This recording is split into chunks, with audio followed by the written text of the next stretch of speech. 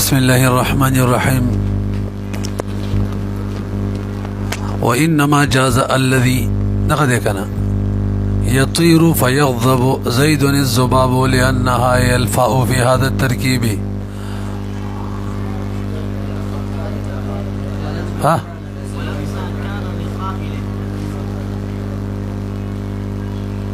अच्छा ولما كان لقائل أن يقول هذه القاعدة منتقضة بقولهم الذي يطير فيغضب زيد الذباب فإنه يطير فيه ضمير يعود إلى الموصول لغو غريب فإن يطير مليسم من دا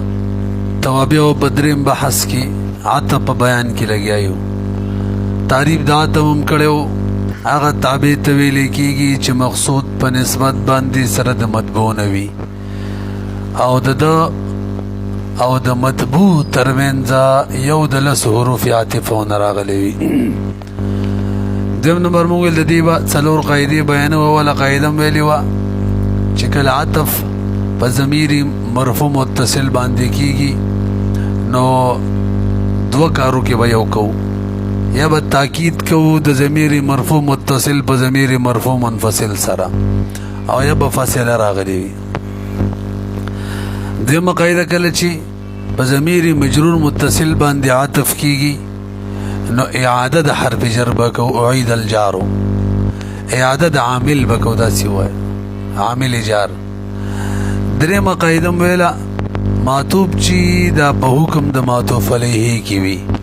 معطوف علیه ته چې ما قبل لکم عوارض رازی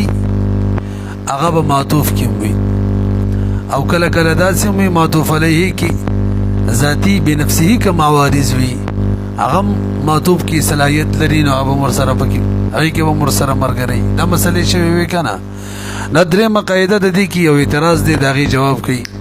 برګوره اعتراض دا دی زبې مثال دروخه ما چې معطوف علیه بوي خو معطوف په حکم د معطوف علیه کې نوي ما قبل نه چې کوم عارض معطوف علیه تراغله دیغه معطوف کی نوي لکه دې مثال کې وګوري برګوره ټول الذي يطير الذي اسم موصول صيغه ده يطير سله د ضمیر دی پکې موصول تراجی دی او دا قانون او قاعده د چکلا سله فعل وی نو دې کې به ضمیر وی ابراجی وی چاته موصول ته دا مسله ټول ته یاد راکنه سله کې عائد ضروری دی موصول تراجی وی نو ما قبل نه پيتیرو کې وارث رااله الذي ویل چې ماته به ضمیر راجی کې دا عارضو اور بسې سره الذي يطير فيغضب فاعتف ده يغضب فعل او زید فاعل يغضب عطب ده بيطيرو باندې معطوف علیه کی ضمیر ده موصول الذي تراجی ده او معطوف يغضبو کې نشتل ده فاعل زید ده نو معطوف په حکم د معطوف علیه کې نشو حکم هم داسې حکم ده داسې عارض چې ما قبل نه راغله حالان کتاب المعطوف په حکم ده بے الفاظ دیگر معطوف علیه کی ضمیر دے موصول تراجی دے معطوف کی پسوال پوئے شولی درې جواب ول ذکر کړي مونږ سب څلور جواب صاحب د کافی جواب کړي د فا تاسو ته کوم فاخ کاری کنه د فا عاطفه نه ده فا سببیه ده معنا دا چې زمانه ما قبل چې ده الذي يطير دا سبب ده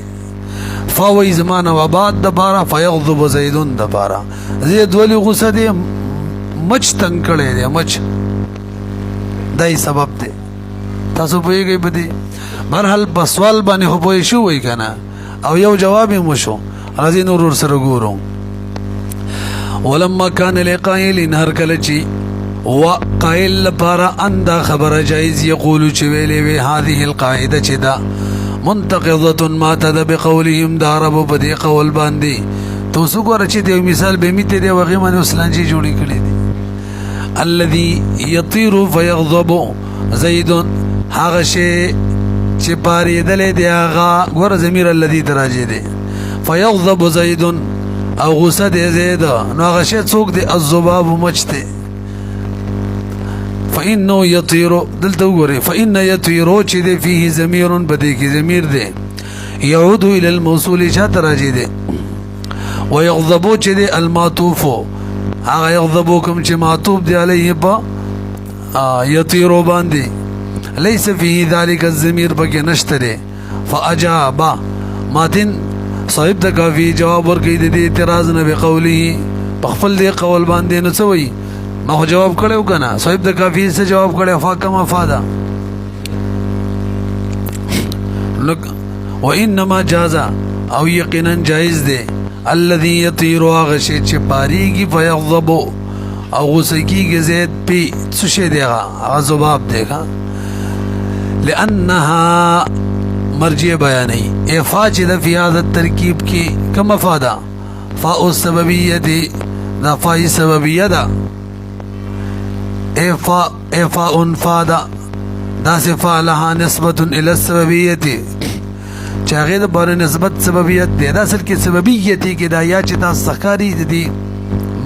بیان کې چې دا نسبتیه ده دا نو یای نسبتیه راوړله نو معنی دا شو لفا غفا د چې کوم منسوب د سببیت ته اوسم نه پیږي زید مکی زید هغه زید کوم چې مکی ته منسوب دی څه وایي کنه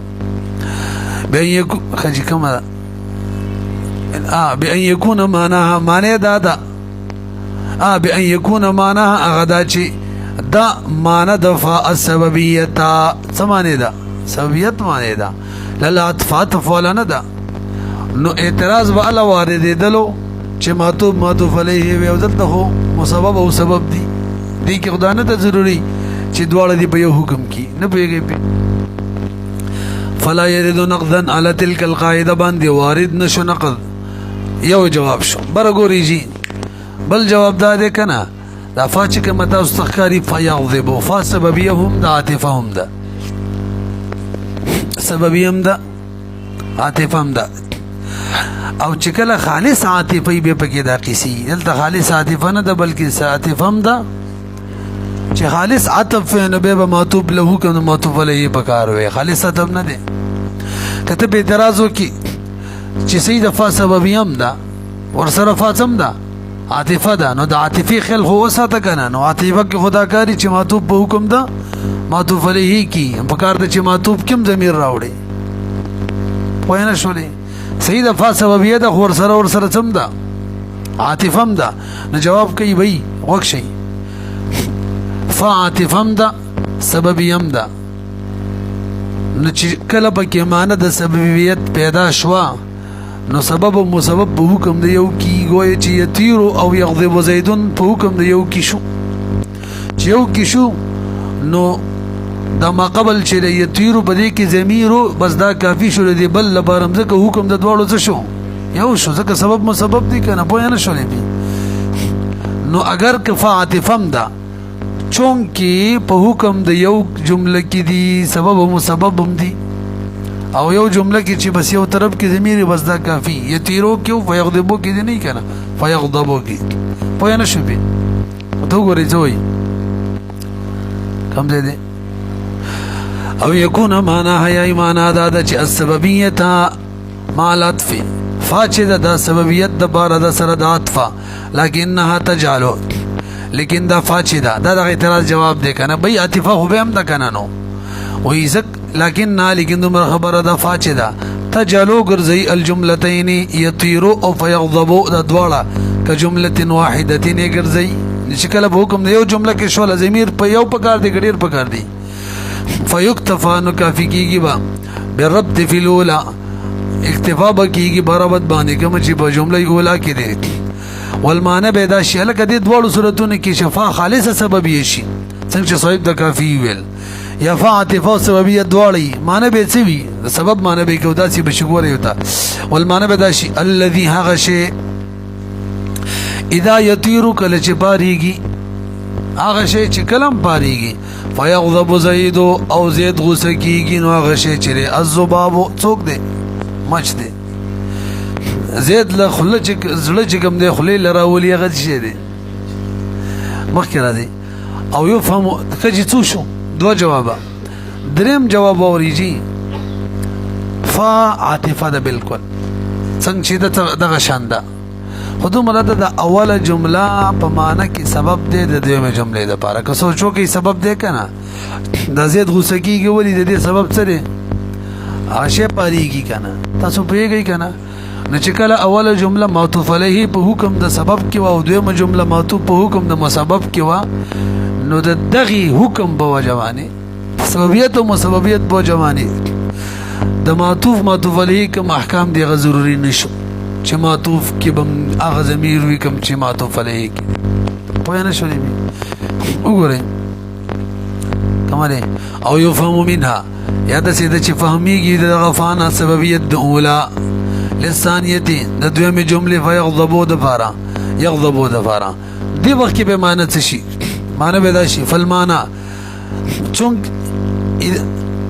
فا سببیم جوړ نه کړل لکه فا زړه بزړه عاطفه ده اوس معنی دا شولوس په کیسه مرو باسه فلمانا الذي يطير هغه شی چې باریږي فیغضب او غصه کیږي زید بسببه دغه په وجه نو هغه شی سره الذباب مچ ده ويمكن بلا وره لك ګل د کدو ګل ده څلورم جواب وره د ذکر ده چې بدی معطوف کی ضمیر شته محذوب ده بس خبره ختمه او یو پنځم جواب ورزما د طرفه وای دا مثال لقایدی سره نه پټ کیږي چا به ویلی لیوانه بو کې دې شی لیوانه سم قصه راګیره کړي لري کوي وس تاسو قسم په شروع کړی دی یار یو مثال به چې ته خدای خبر شه چا نه اوریدلې ده او چې ډیر فصیح سړیو عام کڅوک چې دی فصیح شاعر او دې دی غیر کی چې د شی ویلې فساد باندې څه کې تاسو یو مثال چې ته اوریدلې دی اوس بدا شی څه خبره وکي یا غشه اومن بوله به تعویلات کو دي چل مفتی د شکر صاحب دا مطلب یو الکه خبره کړي غلطه کړي اوس خبره ختمه خامخا څه شي سي کوي کوم دې تر ورسېدو ان کی خبره غلطه نه ده خټی کی کړي کوم دې کوم دې تر ورسېدو ويمكن ممكن دخل پیدا کړي مې يقدر فيه چی فرش بدی کی ضمیر مقدر شفه کی ضمیر الذي يطير فيغضب زيد بطيرانه اور ضمیر بکرا لګنا چې غوسه کیږي زید دغه په باریدلو باندې نو هغه الذباب تاسو په شولې درې قاعده او شولې څلورمه قاعده خو کې دي چې قصره غونډ شي اخیری قاعده بر وګورئ مونږه مسله دا ده چې کله دوا عاملین وي او دوا معمولین وي یعنی یو معمول د یو عامل وي ولکه یو پیره مزغوک شي ده یا زید نه زید دوا پیری کله چې دوا عاملین وي او دوا معمول وي یو د یو معمول وي بل د بل معمول وي به ورپسې حرفیات تفراغلی او به دوا اسم ظاهر وي یو په یو معمول او بل ببل معمول باندې عتب شی او حرفیات یو د ادا کار وکي نو دا به صحیح کې نه و فروزات سره می ویل مزه در نه کړه چې دوا عاملین وی به لکه مثال سره به بیت کو فی الدار زید یو فی عامل له او یو ابتداء عامل لزیدن کی دوا معمول هم دی یو فی الدار مجرور یو زیدن مرفوع دوا عاملین دوا معمولین اوس دو نور اسم ظاهر دی یو په یو تبشی بدار باندې بل په زیات معنی فی الدار زید والحجرتی دا دار شي عمرون دا په شي په زیات باندې دا به جایزی کنه ایوا کله چې دوا اسم ظاهر دوا عاملین وی به دوا معمولین وی د هر یو د پاره یو او به دوا اسمین یو په یو معمول یو عامل په معمول باندې او بل عامل په معمول باندې په یو حرفیات تبصرات بشي جایز به کنا فراوی جایز ده مطلقاً سبوی وی جایز نه ده مطلقاً او جمهور وی یو صورت کې جایز ده او نور نه ده جایز بس به بس ورزونو او تو ګوري قاعده وشو لکه و اذا وصفا کله چاته وشي چاته پوښنه به قصه ختمه شو نه مړ ویش عطفا معنی اذا اوقع العطف کله چې واقع شي عطف کله اعتراض پکې جوړ کو اعتراض زره چې عطف کې ضمیر عطف تراجه دي نو معنی ودا شي کله چې عطف شي عطف کیږي. جواب کوي اذا عطف معنا دا اوقع متضمن دی معنی د اوقع لره. کله چې واقع شي عطف د اعتراض په بل شکل هم جوړیږي خو اورکه ټیم بربانی کم شي. اور و اذا عطف کله چې واقع شي عطف صاحب د کافی کوم عبارت راوړی دی کنه دا مسله دې سمانه واضحېږي چې لګري تاسو صرف د کافی عبارت وګورئ. و اذا عطف على عاملين کله چې عطف وشي عاملینو باندې توجه جی عطف په عاملینو کیږي کنه د عاملینو په معمولینو کیږي. مون قصه دا جوړ کړل چې د عاملینو کم معمولین وی پاغو عطف کیږي او دلته څه وایي نو د دې درې جواب کړی دی عبارت د صحیح کېدلو. یو دا کړی دی چې د علاقه متا استخکاری کنه دا سله د عطف نه ده دا سله د بنا ده چا ده یو او به عاملینو کې مضاف محذوب دی وجود نو علا سله د چا ده بنا او دغه بنا مفعول له دی او عاملینو نه مخکې مضاف سره محذوب دی نفس مسله خو پوهې کنه عبارت خالي صحیح کوو نو به معنا دا شي. و اذا عطف کله چې عطف وشي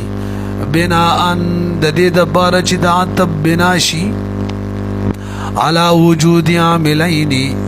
په وجود د دوه عاملینو کې یعنی د دوه عاملینو په وجود کې څه مطلب چې دوه عاملین وي دا غو به معمولین وي او په معمولین وي ته پوښي دا مطلب دی. په یو جواب پوه شولې علا سله د چا بنا او د عاملینو نه مخکې څوک دی معنا به څه شي کله چې عطف وشي د دې د باره چې د عطف بناوي په وجود د عاملینو کې بناوي معنا د عاملین وي خو څیم وي معمولین نو عطف په معمولین وشي وته وګورئ. و اذا عطف اذا وقع العطف بناء على وجود عاملين پورا بیان کی و رب ان عطف معنا دا چې عطف شي اسمان دو اسمنا والهجرة امر يديك هجرتي امر پچا باندې عطف شي على معموليهما دې دوړو عاملینو په معمولینو باندې حرف عطف څوي بعاطف واحد. دا یو جواب شو خر عبارت د صحیح کېدل پوه شولې به برو ګوري ولسم. بل جواب صاحب د لباب د شارح د یو شارح جواب دی. لباب شارح عبارت کې دا سی ویلي دي او دا عطف چې کوم در تخکاری کنه د دې لغوي معنی مراد د مایل کېدل څه شي نو معنی ودا شي. او اذا عطف کله چې مایل شي الاسمين نحو العاملين دو اسمونه مایل شي په طرف د دوه عاملینو نه د دوه عاملینو په طرف کله مایل کیږي چې داغه په معمولونو باندې عطف شي دا مطلب دی. خود دینم اسانه خبره روانه د درې ما ګوري وته. وقال بعض شارح اللباب وي الاظهر عندي زما بنزمن سيدا چې ان العطف هنا محمول د عطف چې دلته حمل له على معناه اللغوي باندې اماله الاسمين چې مایل شي دوه اسمونه نحو العاملين د دوه عاملینو په طرف باندې څنګه مایل شي لګره توجه کړه هغه بأن يجعل چې وګرځول شي دغه دواړه معمولین وګرځول شي دغه دواړه عاملینو د پاره دغه د پاره معمولین څنګه ګرځي چې دغه په معمولینو باندې عطف شي. خو اکثر شارحین ایمان دا کړي تاسو متن کیو ګورئ. و اذا عطف على معمولي عاملين مضاف کې پټ رښتلې دي کله چا د بوشي بچا معمولین د عاملینو باندې ونه رسیدلې په عاملینو معنی تب نه یادي د عاملینو په معمولینو باندې. واكثر الشارحين جري على ان المعنى على معمولي عاملين وانما قال على معمولي عاملين دغه خبر ختم شودري طریقې ذکر کړی د عبارت د صحت لپاره. اوس بل خبرې تراشي برو ګوري چې ویلي دي کله چې د دوه عاملینو په معمولینو باندې دوه عاملین یاد کړه د اختلافي مسله چې د فرابه کې بیل راځي در سبای بیل د جمهور بیل دا کله ده چې کله د دوه عاملینو په معمولینو باندې عطف وشي نو کچری یو عامل داغه دوه معمول او به دوه اسم ظاهر یو په یو معمولات بشبل ببل معمول به بچوي به جایز یې غنه یادو نه پیږي ضرب زید عمرا ګور برګوري ضرب یو عامل لیکا زید یو معمول امرا بل وبکر خالدا بکر په زید حمل شي عطف شي او به ورا زور موږ مثال مې شو ضرب زید امرا بيبسي وبکر دا بچا عطف شو زید معنی خالدا دا بچا عطف شو امرا نو چې کله عامل یو وي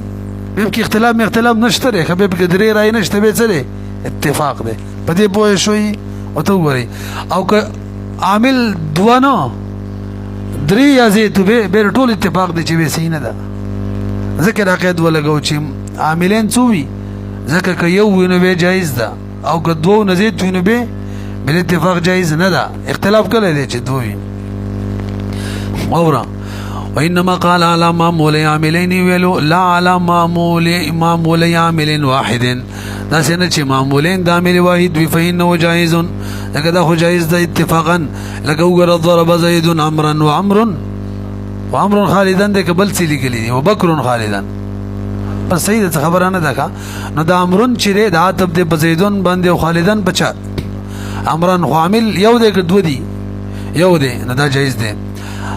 ولا على اكثر من اثنين دا نه یادو چې په اثنين په زید عاملینو کې دا قصه وشي فإنه لا خلاف في امتناعه ځکه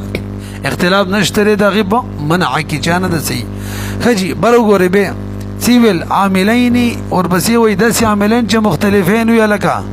سم ویلا یو عامل یو شان وي بل یو بیل عامل وي بل بیل عامل وي وس کچری دوړ عاملین یو شو مطلب دا دویم به انهي اولو او به دو معمولو او به یو اسم په یو معمول او بل اسم په بل معمولات بشونه به بل اتفاق جایز دی که خبره نشته دا کامل یو دی به خو ظاهر کې دوه دین مانند دي یو دی ثاني عین اول دی ازمن خبره کوم کېده چې کله دواړه څه مختلفي تاسو په قیدونو پوه شئ وګورئ مختلفين اي غير متحدين متحد بنوي بأن لا يكون الثاني ما ندا چې نبوي ثاني عين الاول بنوي وذلك دا قيد ولي ولګو وورا لدفع وهم من دیر بار چې دفع کی وهم دا غچا توهم او وهم کوي چې ان مثل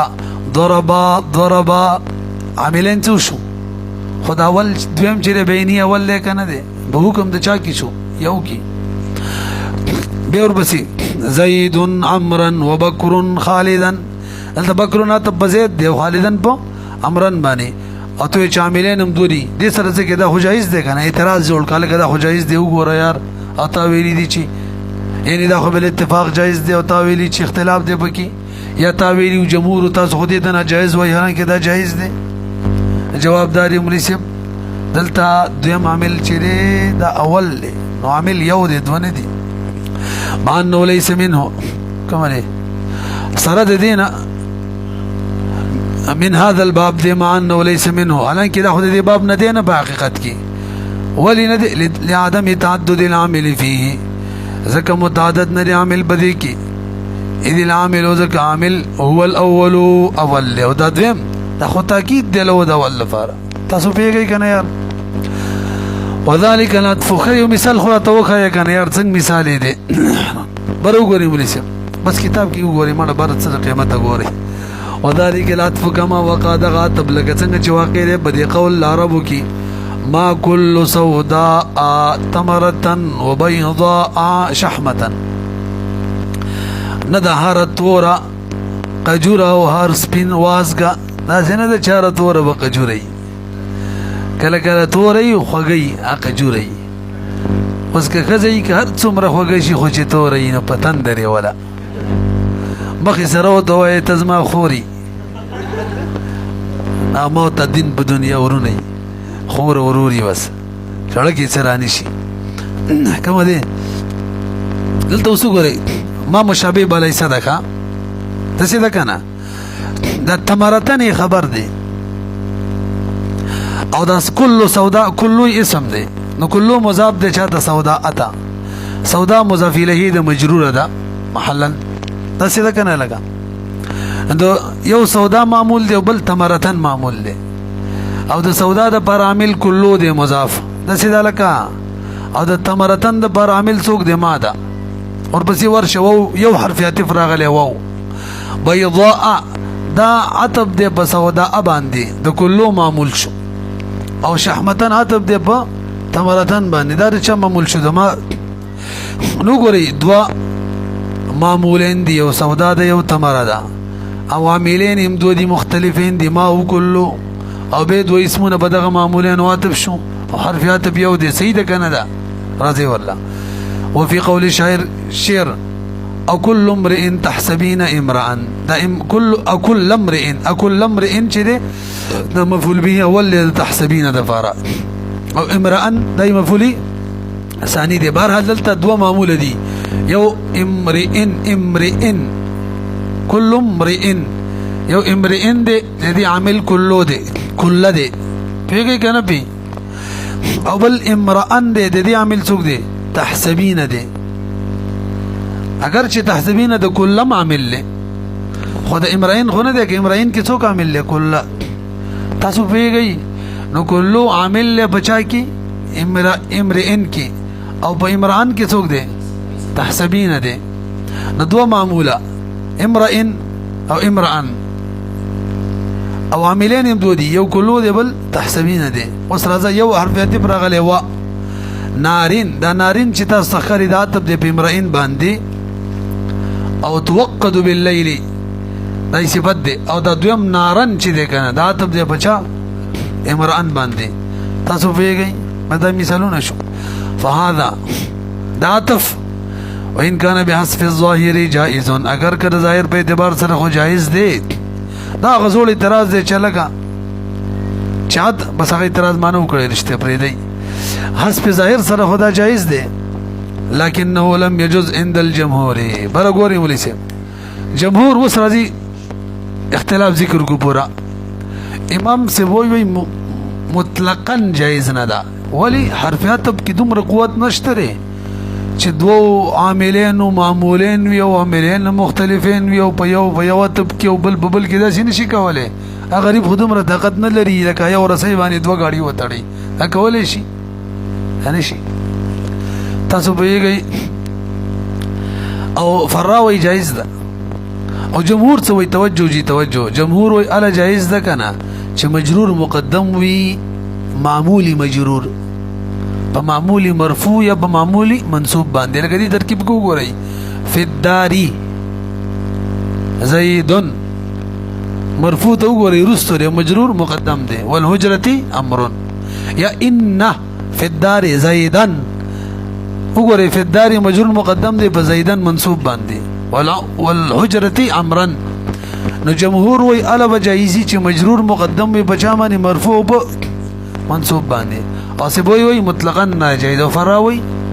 وتوغري لم يجوز عند الجمهور بحسب الحقيقه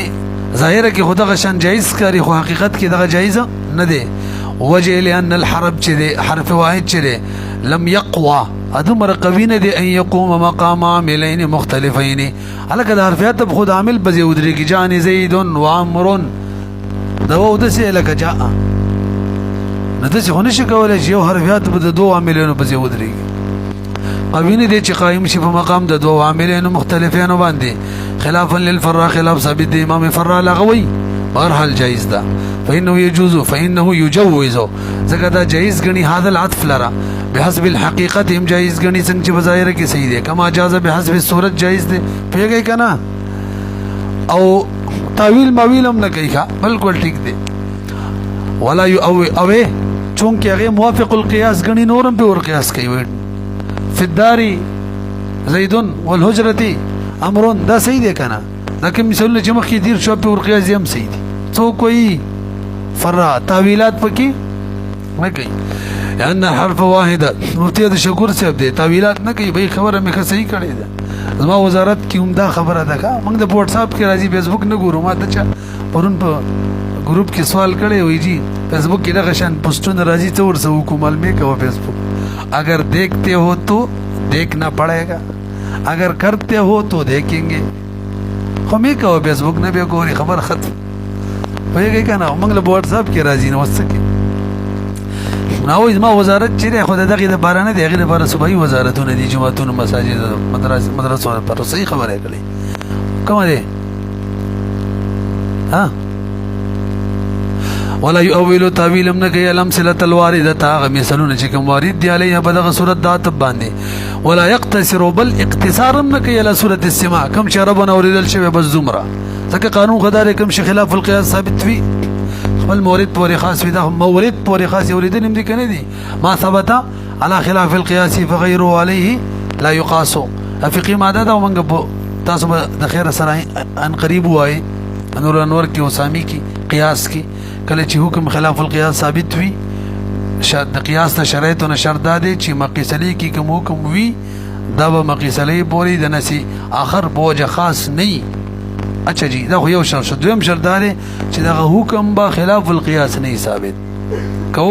به قیاسات نشي کوله بل بنشي ور قیاس کوله مرحل ګوري ولا يقتصر على صورت السماع بندیم بل يعمها بلکې هم کوي دغه تم د کوم چوریدل شوی د سمانه و غیره تمام کوي فیږي کنه برحل جمهور د سوی ناجایز وي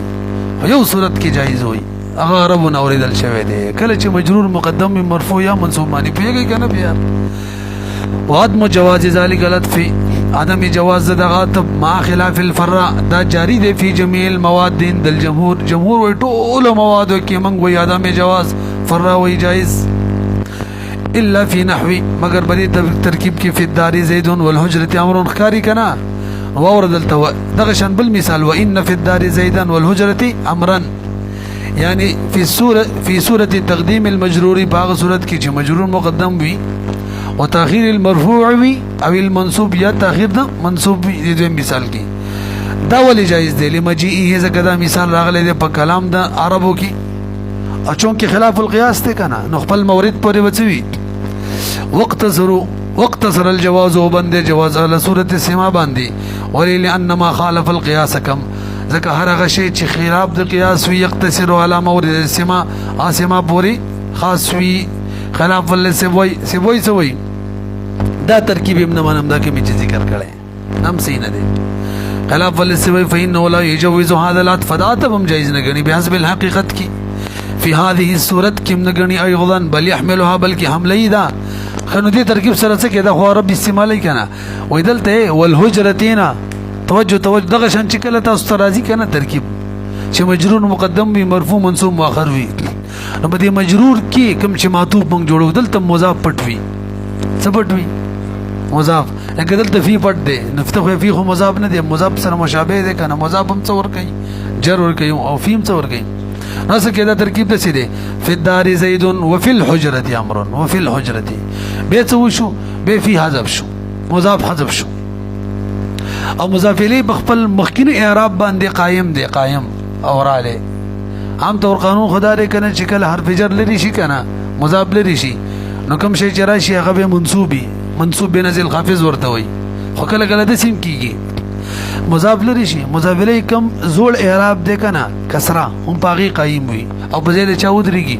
مضاف باندې دلته ول هجرته په زید فی ودرېدلو اعراب زوړ په زوړ دې اعراب بدل نشو دا کیږي وي قران نه دلیل پیش کړي واوره کوم دې بل يحملها بلکې حمله على حذف المضاف و مضاف پټ دی او ابقاء د مضاف الیه راغلی دا اعلی اعراب په خپل زوړ اعراب لکه دې آیات کې وګورئ تريدون رضا الحیات الدنیا والله يريد الاخره ده کنه یو قرات کې اخرتی دی والله يريد الاخرتی ندلتا عرض الاخرتی عرض لري مضاف او اخرتی چې ده کنه اخرتی دا مضاف الیه او دا د عرضه په ځای ودرېدلو خو اعراب مقه زوړ په زوړ لې دا یو قرات دی خاص من په قرات کې هو اخرته دی تاسو به خبره پوه شوي بدن لګي کنه یو قرات کې څه دی اخرتی والله يريد عرض الاخرتی مخکې څنګه عرض الاخرتی به د عرضه لري شو او دا اخرتی په ځای د چا ودرېدلو عرضه خو اعراب یې زوړ په زوړ لې منصوب نشوكا كما دي والله يريد بجر الآخرة يا دوما كما جاء في بعض القراءات عرض الآخرة ويا شوي كنا